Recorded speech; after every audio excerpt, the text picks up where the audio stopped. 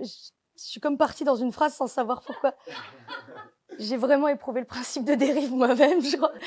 Je suis Camille Panza, metteuse en scène de la compagnie Ersatz et créatrice de Tombée du monde.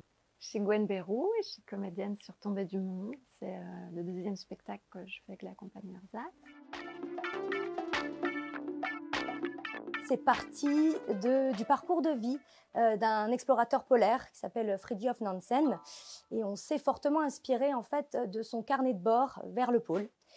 Et la particularité en fait de cette exploration, c'est qu'il a misé sur la dérive transpolaire, misé sur le fait qu'il y avait un courant en fait pour traverser le pôle Nord. C'est vraiment un travail rythmique, d'écoute, de regard. Les corporalités sont super différentes, du coup ça joue sans même qu'on ait grand chose à faire. Et donc d'imaginer un bateau qui se laisse prendre dans la glace, fait corps en fait avec la banquise, rentre en symbiose en fait avec la banquise pour en fait se déplacer et non pas imaginer un brise-glace. C'est vraiment comme une composition, plus que comme un récit linéaire où le texte est au premier plan. Ici, est-ce qu'il y a un texte, il n'y en a pas, voilà. Ce spectacle transpire ça en fait, cette notion de mouvement, de pouvoir voilà, de poser des repères, de jalonner des pistes et en même temps de proposer finalement aussi au public de dériver avec nous et même sans nous, dans des endroits un peu aussi d'abstraction où on sait qu'on ne tend pas la main spécialement, quoi. Il y a une étrangeté, parfois elle est un peu curieuse, elle amène dans une zone un peu indéfinie, et puis parfois elle est plus concrète et burlesque. On avait très envie de transposer un peu cette histoire dans un rapport de conte, de jouer aussi sur un rapport un peu atemporel là-dedans, en fait, et aussi parce que les contes et légendes scandinaves nous ont beaucoup inspirés. Il y a vraiment une dimension esthétique où on ne cherche pas spécialement vraiment le réalisme, et on cherche la mécanique des choses.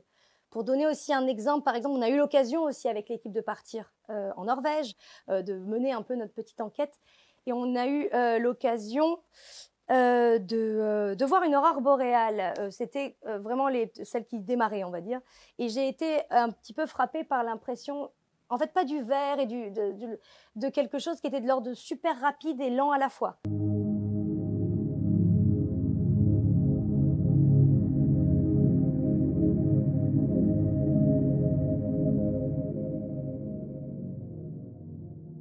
Et donc, on s'est dit, mais c'est ça qu'il faudrait qu'on essaye, par exemple, de transposer. Qu'on ne transpose pas là, on ne pourra jamais, en fait, faire le pôle Nord. En revanche, on peut voir ce qu'on a ressenti, par exemple, en voyant une aurore boréale, et pas forcément le visuel de cette aurore boréale.